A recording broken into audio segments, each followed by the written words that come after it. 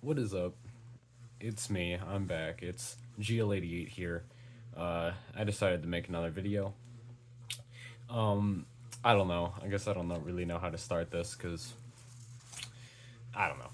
I guess I just haven't made a video in like a year, and I thought I'd just make a video here real quick, kind of just showing off something, kind of a cool little neat piece for my collection, and kind of how to spot one yourself. So yeah. Also, you may have noticed I'm wearing a kit that you've probably never seen before on the channel, and this is something that I've built from the ground up this summer. Like genuinely, this summer I built this entire kit this summer. It is a early to mid 2010s UCP kit. I've got just about everything I want with this kit. I mean, there's still a few things I could get, like three M Peltors and a radio and shit. But I'm not gonna worry about that right now. I basically have all the cool stuff and all the stuff I can get that was cheap enough. So yeah, if you guys want me to make a video on this kit, just let me know because I might do it and just show you guys off my kit and all my pieces like my helmet and shit. So yeah, anyways, all that aside, let's get into it. So today, I thought that I would make a video on an interesting M40 from my collection. So here we have my M40A1. This is the only M40A1 I own. This one's kind of special, and I thought I'd show that off. So this M40A1 was one that I got a few months ago.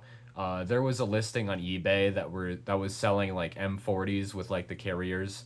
It was like the mask with outserts and the second skin and the carrier, and it was like $40 or something. It was stupidly cheap, and I was like, okay, I got to pick this up. $40 for an M40A1 with all that. That's pretty decent. So I picked one up myself, and I got it, and I noticed some cool stuff, so I thought I'd show it off. So to the average untrained eye, this kind of just looks like, your average M40A1. You look in there, and it's got the green silicone nose cup. Actually, I could probably show that off. Wait a minute. Turn on my light. Let's see. Well, I'm kind of stupid now. I'm thinking about it. There's no way in hell I can just shine the light in a way that it would show you the interior. But you fold the harness over, and you can see that it's got the green silicone nose cup in it, making it an M40A1. Now, to the average person, oh, it's just an M40A1. Cool. But to someone that knows a bit more like myself, this is actually kind of interesting because if you look over here on the side of this mask, the date on the side here, it is dated, what is that, August 1993 by ILC Dover. So this is a pretty early M40. This August 1993. This could have been originally a M40, an original M40, not an M40A1. This probably originally had a black nose cup. And this is further solidified by, if you look over on the right side of the mask where the lot number is, which you might not be able to see on camera here. I wish I could. Oh, wait, you can barely make it out. You can see that those X's right there. There was a stamp here with a date and a lot number for a replacement nose cup. If I look at this close enough, it says P96003. So 96 is most likely the year that this was converted into an M40A1. So in 1996, they brought this in and they refurbished it into an M40A1, replacing the black nose cup with a green silicone nose cup. And then you can see it's X'd out. Now that's kind of interesting in its own right. Okay, most of the time when you find one of these, because you can find these at like early M40s converted into M40A1s, it was a thing they did a lot in the late 90s, where they'd just take their stocks of M40s, and then they would retrofit them with, the updated nose cup to make them M40A1s, and it just, it was more cost effective and stuff than just making new M40A1s. They could take the older stocks of M40s and convert them to modern standards. They'd do that, and then they'd stamp that over there. And you can see this sometimes. Like, if you pay attention next time you go on eBay, if you see a M40A1 and you realize that the date looks pretty early, like 91, 92, 93, if you look on the other side of the mask, like the right side of the mask, you might see that stamp on the right side by the lot number. Normally, they don't have those. Like, new production M40A1s don't have that stamp. And M4, like original M40s don't have that stamp either. It's only these converted M40A1s that have that stamp. So if you see that stamp, that means that this was originally an M40 that has been converted into an M40A1, which is kind of cool. You know, your mask was originally an M40 with a black nose cup, and they converted it. Now that's cool enough on its own aspect. You know, you see those on eBay sometimes. They're kind of cool. I always kind of wanted one, and then I just ended up getting one here, so that was pretty cool. But there's another thing. You see, besides the defective nose cups that they replaced in the 90s, there was another defective piece on the M40 series that came into, you know, the site of the U.S. Army and Marine Corps and all that in about the early to mid 2000s, and that was the original drinking tube was found to be was found to be possibly defective, and that a certain amount of these produced may have messed up valves and could stick open, causing it to leak, which is not good at all. You know, a gas mask leaking, not good at all, right?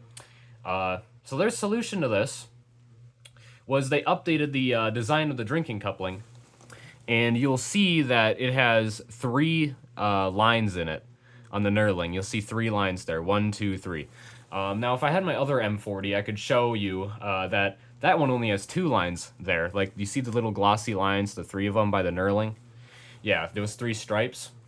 That is indicative of the newer style updated drinking coupling. All the earlier ones had just the 2 knurls. In fact, it's actually kind of hard to find M40A1s with the 3 knurling dated before like the mid to late 2000s. Like typically you only see the updated drinking tube coupling on the new production ones, like the late 2000s ones after they figured out and addressed this issue. You don't often see the like earlier M40A1s or M40s with these updated drinking tubes, but mine ended up getting it. So that means at some point it had this replaced. And actually, if you look, you can see a stamp right there next to the date stamp here, and that says P05D 20265. So P05 2005 is probably the year that this was had the drinking tube coupling replaced with the updated one, and then 20265 or 20,265 is probably like a specific mask number. So this was probably mask number 20,265 that was converted that year with the updated drinking coupling. So you can see that was stamped there, and then that's also why the original conversion stamp for the nose cup is stamped out. And I bet you that's because they didn't want confusion with the lot numbers and update numbers and stuff. So they just stamped over the original refurbishment, code, and then they stamped a new one right there on the left side where the date is. So if you see any of that, like if you see the stamp on the left side there, and you see the 3 knurling on the drinking coupling, then that had an updated drinking coupling. If you see just the stamp on the right side of the mask, where the lot number is, that means, and it's got the early date stamp and everything, that means that it was an M40 converted to an M40A1.